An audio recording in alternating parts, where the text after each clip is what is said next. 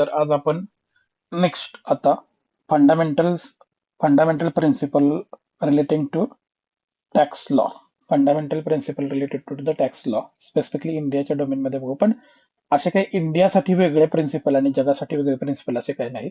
जे प्रिन्सिपल जगामध्ये फॉलो केले जातात तेच इंडियामध्ये प्रिन्सिपल आपण फॉलो करतो. हा नेक्स्ट पॉईंट आहे आपल्या सिलेबस मधला. तर fundamental principle relating to the tax law याची सुरुवात आपण क्लासिकल प्रिन्सिपल्सने बघू. क्लासिकल प्रिन्सिपल्स हे थोडेसे फिलॉसॉफिकल पॉईंट ऑफ व्ह्यूने आहेत, तर आपण ते बघू. क्लासिकल प्रिन्सिपल्स म्हटल्यानंतर इकॉनॉमिक्स. खरं तर टॅक्स लॉ म्हणजे एक इकॉनॉमिक्सचा अप्लाइड सब्जेक्ट आहे. इकॉनॉमिक्स टॅक्स असं काहीतरी, इकॉनॉमिक्स आणि टॅक्स हा डोमेन एक वेगळाच डोमेन आहे. तर इकॉनॉमिक्सच्या डोमेनमध्ये ॲडम स्मिथचा रोल खूप मोठा आहे. तर ॲडम स्मिथने टॅक्सच्या कॉन्टेक्स्टमध्ये कॅनॉन ऑफ टॅक्सेशन हे 1773 ला त्याचं जे book inquiry into the nation of wealth या बुकमध्ये कॅनॉन्स ऑफ टॅक्सेशन याच्याबद्दल त्याने चर्चा केली होती. तर कॅनॉन्स म्हणजे परत मूलभूत तत्वे, नियम वगैरे. कॅनॉन्स ऑफ टॅक्सेशन याच्याबद्दल ॲडम स्मिथने त्याच्या inquiry into nations of wealth या बुक्समध्ये 1773 मध्ये जे बुक्स लिहिलं होतं, तर त्या बुकमध्ये चर्चा केली होती. तर ती कॅनॉन्स आता सुद्धा जगामध्ये सर्व देशांच्या मध्ये टॅक्सेशनच्या प्रिन्सिपलमध्ये फॉलो केली जातात. आता परत इथे दिले foundation stone of modern tax laws world wide हे आहेच. तर पहिले कॅनॉन त्यांनी काय सांगितलं, तर कॅनॉन ऑफ इक्वॅलिटी. परत कॅनॉन ऑफ इक्वॅलिटी म्हणजे tax should be levied according to the tax payer's ability. म्हणजे टॅक्स किती लावायचा आहे तर टॅक्स पेअरच्या ॲबिलिटीमध्ये. परत हे फर्स्ट कॅनॉन आहे इक्वॅलिटीचं. टॅक्स पेअरची जेवढी ॲबिलिटी आहे टॅक्स पे करण्याची तेवढाच टॅक्स लावला पाहिजे. Rich should be contributed more than poor हे एक अप्लाइड प्रिन्सिपल आहे. आता हे इंडियात आहे की नाही हे तुम्ही बघा आणि ठरवा, सांगा. बेसिस ऑफ प्रोग्रेसिव्ह टॅक्सेशन म्हणजे पाठीमागच्या याच्यामध्ये आपण चर्चा केली होती. प्रोग्रेसिव्ह टॅक्सेशन म्हणजे काय, की परत ज्याचा टॅक्स जसा तुमचा इन्कम वाढत जाईल तसा तुमच्यावरती टॅक्स वाढत जाईल. Reflected in income tax slab globally. परत हे ग्लोबल इन्कम टॅक्स स्लॅब मध्ये हे दिसतं. ह्याच्यामध्ये आयडिया काय आहे, tax is the contribution to the state not penalty. Tax हे व्हॉलंटरी कॉन्ट्रीब्युशन आहे. व्हॉलंटरी नसेल तर कंपल्सरी कॉन्ट्रीब्युशन आहे, पण हे काही पेनल्टी नाहीये. हे कन्सिडर केलं पाहिजे. हे कॅनॉन ऑफ इक्विटीच्या अंडर येतं. सेकंड जी कॅनॉन त्यांनी ॲडम स्मिथ डिस्कस केली त्याच्या बुकमध्ये, ती canon of certainty. Canon of certainty म्हणजे काय, tax must be certain not arbitrary. Tax हा सर्टन असला पाहिजे, आर्बिट्री नसला पाहिजे. Tax payer must clearly know. Tax पेयरला क्लिअरली माहित असलं पाहिजे की तो किती tax, what tax is payable, किती टॅक्स भरायचा आहे. वेन इज टॅक्स पेएबल म्हणजे तो कधी भरायचा आहे. How is the tax payable म्हणजे तो कसा भरायचा आहे. आणि to whom is tax payable म्हणजे तो किती आहे, कधी भरायचा आहे, कसा भरायचा आहे आणि कुणाला द्यायचा आहे. हे सगळं माहित असलं पाहिजे. म्हणजे हे सर्टन्टी, कॅनॉन ऑफ सर्टन्टी याच्यामध्ये म्हणतात. This canon is soul of rule of law in taxation. म्हणजे याला सोल म्हटलं जातं. कॅनॉन ऑफ सर्टनिटीला सोल एक म्हटलं जातं. परत कॅनॉन ऑफ कन्व्हिनियन्स म्हणजे tax should be collected at a time in a manner convenient to the tax payer. म्हणजे टॅक्स त्याच पद्धतीने कलेक्ट केला पाहिजे ज्या पद्धतीने टॅक्स पेअरला कन्व्हिनियंट पद्धतीने टॅक्स भरता येईल. आता याच्याबद्दल खूप सारं डिस्कशन वेस्टर्न वर्ल्ड मध्ये गेलं होतं की टॅक्स पेयर्सना लाईन मध्ये उभा राहायला लागणं टॅक्स पे करताना हा कन्व्हिनियन्स आहे का, हे आता ह्याच्यावरती एक डिस्कशन चालू होतं. बट परत टॅक्स पेयर लास्टच्या दिवशी लाईन मध्ये उभा राहतात, त्यांच्यामुळे त्यांना इनकन्व्हिनियंट वाटतं. हे जर आपण म्हटलं तर हे कन्व्हिनियंट होईल का नाही हे तुम्ही.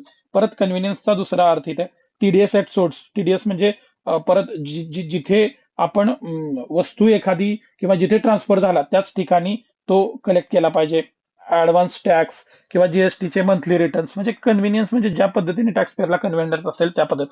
कन्व्हिनियन्स इन्क्रीज व्हॉलंटरी कंप्लायन्स म्हणजे जर टॅक्सचा कन्व्हिनियन्स जास्त चांगला असेल तर टॅक्स जास्त कलेक्ट होऊ शकतो. परत फोर्थ कॅनॉन आहे कॅनॉन ऑफ इकॉनॉमी म्हणजे काय, cost of collection of tax should be minimum. Tax collect करण्याचा टॅक्स हा मिनिमम असला पाहिजे. Tax system should not waste public resources. Administrative efficiency is crucial. Tax that cost more collect it yield is bad taxation. म्हणजे tax collect करण्याची पण एक cost असते. म्हणजे आपण इन्कम टॅक्स म्हणा किंवा जीएसटी जो कोणता टॅक्स असेल तर तो टॅक्स करण्यासाठी आपल्याला ऍडमिनिस्ट्रेटिव्ह मेकॅनिझम ऍडमिनिस्ट्रेटिव्ह मेकॅनिझम हा तयार करावा लागेल. त्याच्यानंतर त्याच्या ऑफिसर्सना अपॉइंट करावं लागेल. ऑफिसर्सना अपॉइंट केल्यानंतर त्यांना प्रॉपरली, म्हणजे हे हे परमनंट ऑफिसेस आहेत, किंवा एक स्ट्रक्चर करावं लागेल. त्याच्यानंतर फाईन झालं तर एक ज्युडिशियल किंवा क्वासी ज्युडिशियल बॉडीज तिथे तयार करायला लागेल. हा हा टॅक्स कलेक्ट करण्यासाठी गव्हर्नमेंटला किती पैसा खर्च करायला लागतो? जर एखादा टॅक्स कलेक्ट करण्यासाठी गव्हर्नमेंटला जास्त पैसा खर्च करावा लागत असेल, तर तो टॅक्स बॅड आहे. त्याला कॅनॉन ऑफ इकॉनॉमी म्हणलं. म्हणजे हे ॲडम स्मिथने 4 कॅनॉन सांगितलेले आहेत. हे कॅनॉन्स तुम्ही लक्षात ठेवणं गरजेचं आहे, किंवा क्वेश्चन्समध्ये हे कॅनॉन्स मेन्शन करणं हे गरजेचं आहे. त्याच्याशिवाय आपण टॅक्सेशनच्या कॉन्टेक्स्टमध्ये लिहू शकत नाही. आता परत ज्युडिशियल इव्हॉल्व्ड प्रिन्सिपल, म्हणजे पुढचे जे प्रिन्सिपल आहेत ते ज्युडिशियल याच्यामध्ये आहेत. पहिले प्रिन्सिपल काय? No tax without clear word. हे परत सरळ, no tax without clear word म्हणजे टॅक्स जो काही एखाद्या कायद्याद्वारे, एखाद्या लेजिस्लेशनद्वारे किंवा एका स्टॅट्यूटद्वारे लावलेला आहे, त्याच्यामध्ये क्लिअर वर्डिंग असलं पाहिजे. त्याच्याशिवाय टॅक्स कलेक्ट करायचा नाही. Strictly interpretation of taxation law, म्हणजे टॅक्सेशनच्या लॉ मध्ये हे स्ट्रिक्टली प्रिन्सिपल आहे. आता ह्याच्यामध्ये बघा, पार्टिंग्टन वर्सेस अटॉर्नी जनरल 1869 युकेची केस आहे. त्याच्यामध्ये काय, if person sought to be tax he must be brought within the letter of law. एखाद्या व्यक्तीला जर एखाद्या व्यक्तीकडून टॅक्स करायचा असेल, तर त्याला लॉच्या लेटरमध्ये आणलं पाहिजे. व्यक्ती म्हणजे ग्रुप ऑफ पीपल. म्हणजे जर समजा फॉर एक्झाम्पल आपल्याला आयटी प्रोफेशनल लोकांच्याकडून टॅक्स कलेक्ट करायचा असेल, तर आपल्याला तिथे टॅक्समध्ये मेन्शन करणं झालंय the people who are involved in the service sector specifically, किंवा earning income from the information technology वगैरे, किंवा फॉर एक्झाम्पल आपल्याला आता युट्यूब क्रिएटर्स कडून टॅक्स कलेक्ट करायचा आहे, तर त्यांना क्रिएटर्स वगैरे अशी कॅटेगरी त्याच्यामध्ये मेन्शन केली पाहिजे. आणि मग त्याच्यानंतर त्यांच्याकडून no tax can be inferred by analogy, म्हणजे अॅनॉलॉजीने कोणताही टॅक्स इन्फर केला नाही पाहिजे. हे परत या केसमध्ये आहे. 1869 ची जी केस आहे त्याच्यामध्ये प्रिन्सिपल, या केसमधून प्रिन्सिपल काय आहे, taxing statute must be strictly constructed. म्हणजे टॅक्स ज्या स्टॅट्यूटमध्ये मेन्शन केलेला आहे तो स्ट्रिक्टली कन्स्ट्रक्टेड असला पाहिजे. आणि equity has no place in charging provision, म्हणजे इक्विटीला कोणत्या प्रकारचे पेस नाही. परत नेक्स्ट प्रिन्सिपल बघा, nothing is nothing is to be read in nothing is to be implied. म्हणजे परत हे हे हे समजून घेण्यासाठी आपण Cape Brandy Syndicate versus IRC 1921 ची युकेची जी केस आहे त्याच्यामध्ये, in taxing act one has to look merely is what is clearly said. म्हणजे काय केलं पाहिजे, टॅक्सिंग ऍक्ट मध्ये काय क्लिअरली सेड केले हे बघितलं पाहिजे. There is no room for any intimacy, म्हणजे गृहीत धरलेला कोणताही अर्थ इथे काढला जाणार नाही. जे काही टॅक्स स्टॅट्यूट मध्ये म्हटलेलं आहे त्याच पद्धतीने टॅक्स घ्यायचा आहे. Principle literal interpretation govern taxes. परत आपण इंटरप्रिटेशन ऑफ स्टॅट्यूट मध्ये ह्या गोष्टी बघितलेल्या. लिटरल इंटरप्रिटेशन हे टॅक्सेसच्या गव्हर्नन्स मध्ये खूप जास्त प्रमाणे वापरतात. कोर्ट कॅनॉट सप्लाय ओमिशन, म्हणजे कोर्टने इथे कोणत्याही प्रकारचं ओमिशन करायचं नाही. नेक्स्ट आपण प्रिन्सिपल बघू, charging section is the foundation of tax. Charging section is the foundation of tax. Charging म्हणजे काय, परत आपण जिथून घेतो ते. CIT versus BC Srinivas Shetty इंडियातली केस आहे. याच्यामधून काय आलं, if charging provision fails machinery provision collapse. Machinery म्हणजे काय, की जर चार्जिंग प्रोव्हिजन झाले तर त्याच्यानंतर जी टॅक्सची मशिनरी आहे ते पूर्णपणे फेल होणार आहे. नो टॅक्स विदाउट व्हॅलिंग चार्जिंग सेक्शन्स, म्हणजे ज्या सेक्शन्स मधून टॅक्स ओरिजिन होतं तेच जर सेक्शन्स व्यवस्थित नसतील तर बाकीची सगळी मशिनरी पूर्णपणे फेल होते. वेअर कन्झ्युम्शन प्रोव्हिजन कॅनॉट अप्लाय तर चार्जिंग सेक्शन ऑल्सो फेल्स. म्हणजे परत हे हे पण या केसच्या अंतर्गत गेलं. परत पुढचं प्रिन्सिपल बघू, सबस्टन्स ओव्हर फॉर्म. परत हे पण आपण डिटेलमध्ये डिस्कशन करणार आहे या सबस्टन्स या इश्यूवरती एंडला. McDowell and company versus CTO India. त्याच्यामध्ये काय सांगितलं, colourable device to tax avoid tax are not permissible. Court look at economical reality not artificial form. Tax planning is legitimate, tax evasion is not. म्हणजे परत काय, की खूप साऱ्या पद्धतीने टॅक्स अवॉइडन्स म्हणजे काय, की टॅक्स अवॉइडन्स करण्यासाठी, म्हणजे जगामध्ये खूप सारे देश असे आहेत ज्याच्यामध्ये झिरो टॅक्सेशन आहे, किंवा जे आपण असे खूप सारे आयलँड जगामध्ये आहेत, किंवा खूप साऱ्या देशांच्या मध्ये झिरो टॅक्स आहे. तर त्या देशांच्या बरोबर आपल्या इंडियाच्या खूप साऱ्या देशांच्या बरोबर तशी ट्रीटी होती, की तिथून येणारी फॉरेन डायरेक्ट इन्व्हेस्टमेंट त्याच्यावरती आम्ही कोणत्याही प्रकारचा टॅक्स करणार नाही वगैरे. तर खूप साऱ्या उद्योगपतींनी त्या पद्धतीच्या गोष्टींचा फायदा घेतला. पण स्पेसिफिकली याच्यामध्ये काय केले, की एखाद्या डिव्हाइसला इंडियन गव्हर्नमेंटने टॅक्स फ्री केलं होतं, तर त्या डिव्हाइसच्या नावाखाली किंवा त्या पर्पजच्या डिव्हाइसच्या याच्याखाली एखादी नवीन डिव्हाइस करायची आणि त्याला टॅक्स मधून एक्झाम करायचं वगैरे अशा पद्धतीचं कोणतीही ऍक्शन घेतली जाणार. मग त्याला मग आपण काय म्हणतो, सबस्टन्स ओव्हर फॉर्म. म्हणजे काय सबस्टन्स आहे तो ओरिजिनल बघितला पाहिजे, त्याच्यामधून कोणता फॉर्म तयार होतो याला टॅक्स नाही लावला पाहिजे. म्हणजे से फॉर एक्झाम्पल इंडियन गव्हर्नमेंटने आता सध्या जर ठरवलं की सेमीकंडक्टर मटेरियल्सला आम्ही कोणत्याही प्रकारचा टॅक्स लावणार नाही, तर आपण सेमीकंडक्टर गॅजेट्स म्हणजे नॉर्मल गॅजेट्स आपण दुसऱ्या कोणत्याही गोष्टी सेमीकंडक्टर या हेडच्या अंडर आपण जर तयार करायला लावलो तर त्याच्यामध्ये सबस्टन्स बघितला पाहिजे, त्याचा फॉर्म कोणताही बघणं पॉसिबल नाही. आता परत हे उदाहरण दिले हे थोडंसं टेक्निकल नाही. जर कोण एखादं स्पेसिफिकली इलेक्ट्रॉनिकल इंजिनियर किंवा मेकॅनिकल इंजिनियर असेल तर या एक्झाम्पलला मला रॉंग करेल, but it just take it as an legal point of view. Okay, पुढचं प्रिन्सिपल बघा, tax is not penalty. Tax हा कोणत्या प्रकारचा पेनल्टी नाही. हे कोणत्या केसमध्ये आहे, Hindustan steel limited versus state of Orissa या केसमध्ये काय, penalty should not be imposed mechanically. कोणतीही पेनल्टी मेकॅनिकली घ्यायची नाही. Mens rea and contribution conduct matter. म्हणजे मेन्स रिया आणि ह्या गोष्टी बघितल्याशिवाय टॅक्स किती घालणार. Penalty will not ordinarily be imposed unless party acted deliberately. म्हणजे जोपर्यंत पार्टी डेलिबरेटली काम केलेलं आहे तोपर्यंत पेनल्टी द्यायची नाही. आणि टॅक्स हा पेनल्टी नाही, तर टॅक्स जो आहे तो टॅक्सच घ्यायचा. त्याच्याकडून पेनल्टी असेल तर त्या ऍक्ट मध्ये काय सांगितलेलं आहे त्याच कॉन्टेक्स्ट मध्ये आपण पेनल्टी घेऊ शकतो. परत बर्डन ऑफ प्रूफ. परत केदारनाथ ज्योत मॅन्युफॅक्चरिंग कंपनीच्या केसमध्ये सांगितलेलं आहे, revenue must be prove taxability. Revenue must prove taxability. Assessees must prove exemptions and deductions. म्हणजे करत काय की ज्यावेळी रिव्हेन्यू केवढा पे करायचा आहे हे प्रॉपरली कुणी सांगायचं आहे, जो व्यक्ती पे करतोय ते. असेसीनी डिडक्शन्स वगैरे जे काय आहेत, म्हणजे जो स्वतः टॅक्स पे करणार आहे ना, तर त्यानेच माझे किती डिडक्शन आहेत, किती डिडक्शन आहेत हे सगळं स्वतःच त्यांनी सांगायचं आहे. रिव्हेन्यू असेसमेंट करणारे जे लोक आहेत ते फक्त ते चेक करणार, ते बरोबर असेल तर व्हॅलिड करणार, बरोबर नसेल तर इनव्हॅलिड करणार.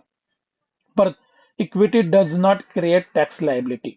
हे कोणत्या केसमधून आहे, commissioner of custom versus Dilip Kumar या केसमध्ये काय सांगितलंय, equity or hardship is irrelevant in the taxation. तुम्ही किती हार्डशिप केली किंवा किती कशा पद्धतीने इन्कम जनरेट केला, it doesn't matter in the taxation. Exemption must be strictly interpreted. Exemption जे आहेत ते स्ट्रिक्टली इंटरप्रिटेट झाले असले पाहिजेत. जसे आहेत तसेच एक्झम्पशन, जेवढे आहेत तेवढेच एक्झम्पशन तुम्हाला वापरता येणार. Certainty and predictability in the taxation. Certainty and predictability he taxation मध्ये सगळ्यात महत्वाची गोष्ट आहे. कारण सर्टेनिटी म्हणजे काय, किती टॅक्स भरायचा. प्रिडिक्टेबिलिटी म्हणजे कधी टॅक्स पे करायचा. याच्यामध्ये अनप्रिडिक्टेबल गोष्ट असली तर टॅक्सेशन स्ट्रक्चर हे कोलॅप्स होऊ शकतं किंवा मॅक्सिमम लोक हे टॅक्स पे करू शकत नाहीत. So Vodafone international holdings versus union of India या केसमध्ये काय सांगितलं, certainty is essential for the tax system. म्हणजे सर्टन्टी असल्याशिवाय टॅक्स सिस्टीम राहू शकत नाही. Retrospective taxation affecting the vested rights viewed with caution. म्हणजे ज्यावेळी रेट्रोस्पेक्टिंग, आता वोडाफोनच्या केसमध्ये असं केलं होतं गव्हर्नमेंटने की वोडाफोनला 10 वर्षाच्या पूर्वीचा जो टॅक्स होता, जो व्यवहार झाला होता ना, तर त्याच्यावरती रेट्रोस्पेक्टिव्ह टॅक्स वगैरे पे करायला सांगितलं होतं. जर असं असेल तर त्याच्यानंतर वोडाफोनचं इंडियामध्ये काय झालं, कशा पद्धतीने डिलिंग झालं हे सगळ्यांना माहित आहे. सो याच्यामधून एक परत पुढचं principle, tax must be clear not ambiguous. Tax हा प्रत्येक वेळी क्लिअरच असला पाहिजे, अम्बिग्युअस नसला पाहिजे.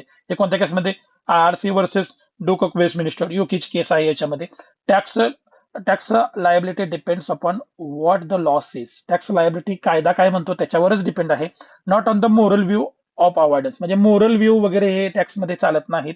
परत आता हे थोडंसं वरती जे डिस्कशन केलेलं आहे तर कन्सोलिडेटेड फॉर्म मध्ये हे आपण बघूया. Tax must be imposed only by clear statutory language. Clear statutory लँग्वेजने टॅक्स घेतला पाहिजे. Taxing statute are strictly constructed. Taxing statute हे स्ट्रिक्टली कन्स्ट्रक्टेड असले पाहिजेत. No tax by implications or real equity. No tax implication किंवा इक्विटीने नसले पाहिजेत. Charging provision is mandatory. Charging provision असल्याशिवाय टॅक्स असू शकत नाही. Substance prevail over form. Substance form वरती प्रिव्हेल करतो. हे आपण एक्झाम्पल बघितलं होतं. Taxation must be certain and predictable.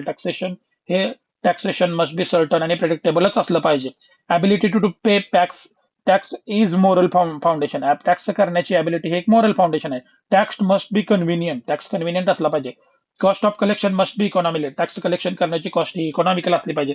Penalty is not automatic. Penalty automatic नाही, ती ऍक्टमध्येच मेन्शन असली पाहिजे किंवा ती बाय ज्युडिशरीने आफ्टर ऍप्लिकेशन ऑफ माइंड लावली असली पाहिजे आणि त्याच्यामध्ये एक्सेसिव्ह सुद्धा नसली पाहिजे. प्रिन्सिपल ऑफ नॅचरल जस्टिस वगैरे हे फॉलो केले, हे आपण खाली बघणार आहे. बर्डन ऑफ प्रूफ हे रूल बेस्ड असलं पाहिजे. रेट्रोस्पेक्टिव्ह बर्डन हे डिसफेवर्ड आहे, म्हणजे रेट्रोस्पेक्टिव्ह बर्डन एका लिमिटच्या वर लावू शकत नाही आणि टॅक्सेशन मध्ये मॅक्सिमम पद्धतीने रेट्रोस्पेक्टिव्ह बर्डन इफेक्ट लावू शकतो का, तर येस, बट त्याचं पण लिमिटेशन आहे. तर एक वाक्य आहे जे आपण कंक्लुजन मध्ये किंवा कुठे ना कुठे तर लिहू शकतो. The fundamental principle of taxation as evolved by Adam Smith and judicial decision world wide require that tax must be imposed by clear law, interpreted strictly based on certainty and ability to pay, collected conveniently and economically, and administered by fairly without arbitrariness. हे थोडंसं वाक्य आपण introduction conclusion मध्ये कुठेतरी लिहू शकतो पेपरमध्ये. आपण परत हे ॲज अ रिव्हिजन म्हणून वरती जे डिस्कशन केलेलं आहे थोडंसं परत आणखी एकदा ब्रॉड पॉईंट ऑफ व्ह्यूने discussion. Principle of legality in the taxation हे legality in the no tax can be imposed, collected, recovered except accordance with the law. Law शिवाय कोणताही प्रकारचा टॅक्स कलेक्ट केला जाऊ शकणार नाही.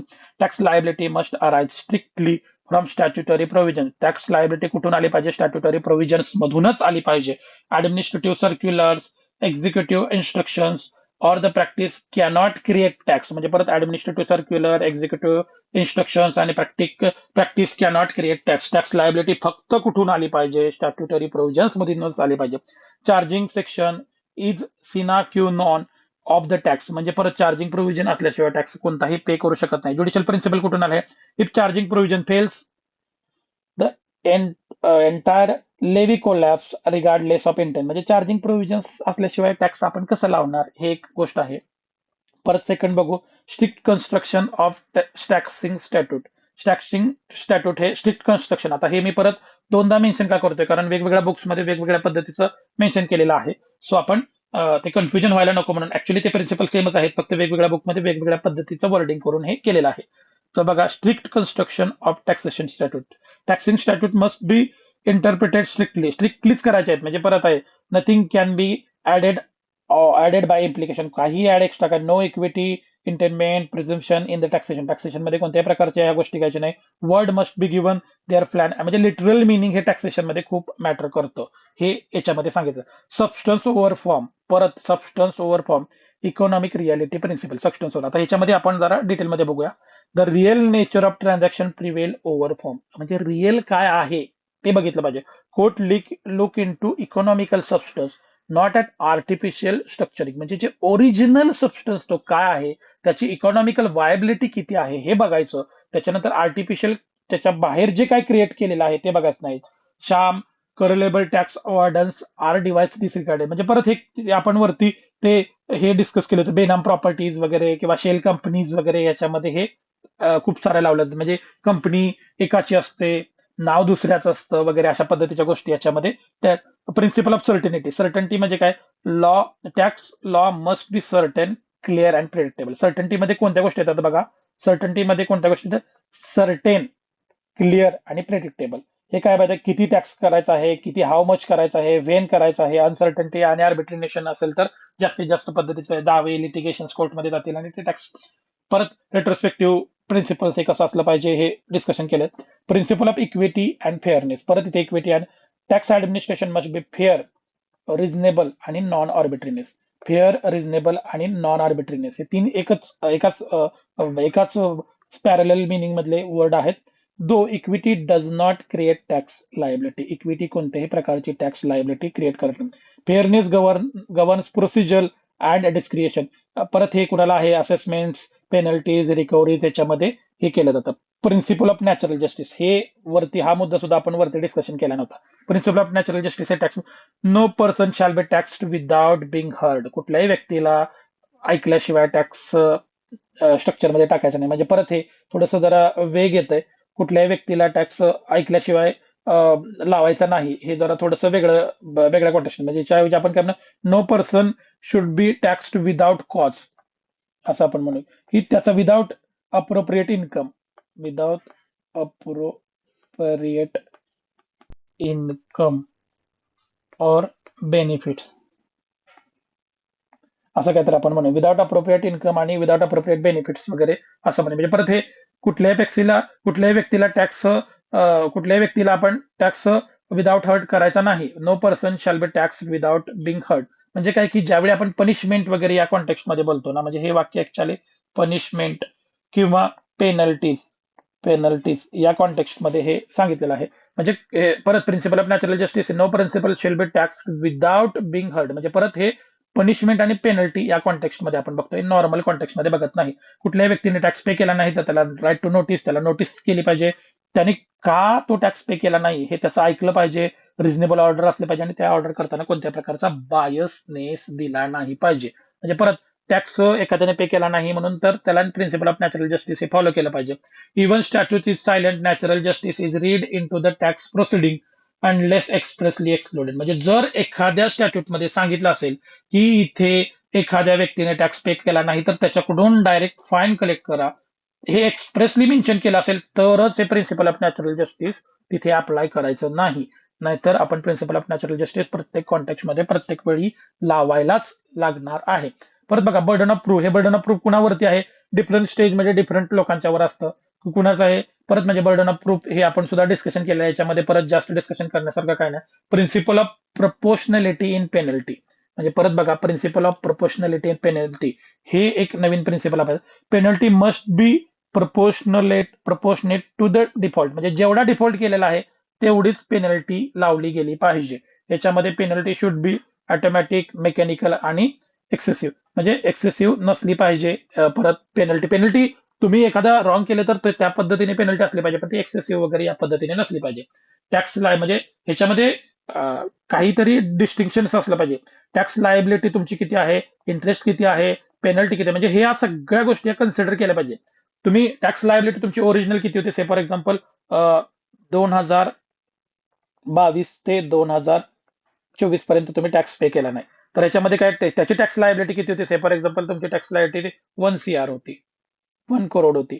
तर त्याच्यानंतर त्याचा रेट ऑफ इंटरेस्ट किती आहे, रेट ऑफ इंटरेस्ट हे बघितलं पाहिजे आपल्याला. त्याच्यानंतर rate of interest tax, original tax 1 lakh plus rate of interest त्याच्यावरती, आणि सॉरी रेट ऑफ इंटरेस्ट टॅक्सवरती रेट 1 करोडचा किती टॅक्स होतो तो काढला पाहिजे. त्याच्यावरती त्या टॅक्सवरती रेट ऑफ इंटरेस्ट लावला पाहिजे. आणि मग तुम्ही हा टॅक्स या 2024च्या एप्रिलमध्ये पे केला नाही म्हणून तुम्ही काय पेनल्टी दिला, ती पेनल्टी कधी येणार? 2024 पासून 2025 पर्यंतची येणार, 2025 ते 2026 पर्यंतची पेनल्टी येणार. ही पेनल्टी प्लस येणार, प्लस तो इंटरेस्ट येणार. हे अशा पद्धतीने ते टॅक्सवरती पेनल्टी लावली जाते किंवा लावली पाहिजे. परत प्रिन्सिपल ऑफ कन्सिस्टन्सी मध्ये काय झालंय, सर्टन्टी, स्टॅबिलिटी आणि फेअरनेस, हे पण परत आपण डिस्कशन केले. कन्सिस्टन्सी हे असणं गरजेचं आहे. आता हे डॉक्ट्रिन ऑफ लेजिटिमेट एक्सपेक्टेशन म्हणजे काय आहे की लोकांनी एक्सपेक्ट केलेलं असतं की कन्सिस्टन्सी आहे ऍडमिनिस्ट्रेटिव्ह कंडक्ट मध्ये, सर्क्युलर्स वगैरे दिले जातील, क्लासिफिकेशन केलं जाईल, सेटल्ड प्रॅक्टिस जशी आहे त्याच पद्धतीने हे टॅक्स स्ट्रक्चर असणार. डायरेक्ट सडन कोणत्याही प्रकारचा अनजस्टिफाईड चेंज करणार नाही. म्हणजे ज्या पद्धतीने टॅक्स स्ट्रक्चर आता देशामध्ये चालत आलेलं आहे, जर तुम्हाला एखादा कोणताही चेंज करायचा असेल तर लोकांना अगोदर इन्फॉर्म करणं गरजेचं आहे. So doctrine of legitimate expectation, लोकांची एक्सपेक्टेशन आहे लेजिटिमेट की बाबा आम्ही ज्या पद्धतीच्या स्लॅबमध्ये आहे, ज्या पद्धतीचा टॅक्स पे करतो तसाच आम्ही टॅक्स पे करणार. प्रिन्सिपल ऑफ टाइम लिमिटेशन, परत टाइम लिमिटेशनच्या बद्दल सुद्धा काय सांगायचे, टाइम लिमिट हा असला पाहिजे, किती कधी टॅक्स भरायचा, कसा भरायचा वगैरे. Principle of against retrospective burden, परत रेट्रोस्पेक्टिव्ह बर्डन वरती आपण हे केलं की रेट्रोस्पेक्टिव्ह बर्डन्स म्हणजे काय की अगोदरचा टॅक्स किती करायचा, किती पे करायचा वगैरे या कॉन्टेक्स्टमध्ये. हार्मोनियस कन्स्ट्रक्शन, परत हार्मोनियस कन्स्ट्रक्शन इथे कसं येतं, परत हे हार्मोनियस कन्स्ट्रक्शन हे आपण ज्या पद्धतीचं इंटरप्रिटेशन ऑफ स्टॅट्यूट मध्ये डिस्कस केलं तर तशाच पद्धती आहे की म्हणजे वेगवेगळ्या पद्धतीच्या गोष्टींना कन्स्ट्रक्ट करून तुम्ही टॅक्स टुगेदर वगैरे हे करून ते आपण टॅक्स स्ट्रक्चरला व्यवस्थित या पद्धतीने केलं पाहिजे. परत आहे डॉक्ट्रिन ऑफ रेव्हेन्यू न्यूट्रलिटी, म्हणजे हे पण परत महत्वाचं आहे. रेव्हेन्यू न्यूट्रलिटी म्हणजे काय, when no net revenue loss occurs the penal consequences may follow common indirect tax revenue for intention penalty and exemption. म्हणजे परत रेव्हेन्यू न्यूट्रलिटी ही सुद्धा त्याच्यामध्ये फॉलो केली गेली पाहिजे. आणि परत सगळ्यात शेवटचं जे प्रिन्सिपल आपण principle of anti avoidance. Anti avoidance म्हणजे टॅक्स अवॉइड करण्यासाठी वेगवेगळे लोक वेगवेगळ्या पद्धतीच्या टॅक्टिक्स वापर करतात, तर तशा पद्धतीच्या प्रॅक्टिस कुणी फॉलो करू नये ह्याच्यासाठी कॉर्पोरेट वेल म्हणजे जे आपलं लिफ्टिंग कॉर्पोरेट वेल आपण कन्सेप्ट बघितला असेल लास्ट इयरला, इग्नोरन्स पार्टी पिरियड अरेंजमेंट, परत गार वगैरे किंवा बेनामी प्रॉपर्टी या पद्धतीच्या गोष्टी केल्या जातात. आता हे टॅक्सचे प्रिन्सिपल्स बघितले. नॉर्मली हे प्रिन्सिपल्स का केले जाते की टॅक्स कन्व्हिनियंट पद्धतीने कलेक्शन ऑफ टॅक्स म्हणजे collection of tax is important administrative responsibility. आणि टॅक्स कधी कलेक्ट जर टॅक्स पे करण्यासाठी लोकांना इझिनेस असेल तरच लोक टॅक्स पे करतील. जर तो डिफिकल्ट असेल डिफिकल्ट असेल तर मिनिमम लोक टॅक्स भरतील आणि टॅक्स अवॉइडन्स या पद्धतीचा प्रयत्न करतील. सो आपण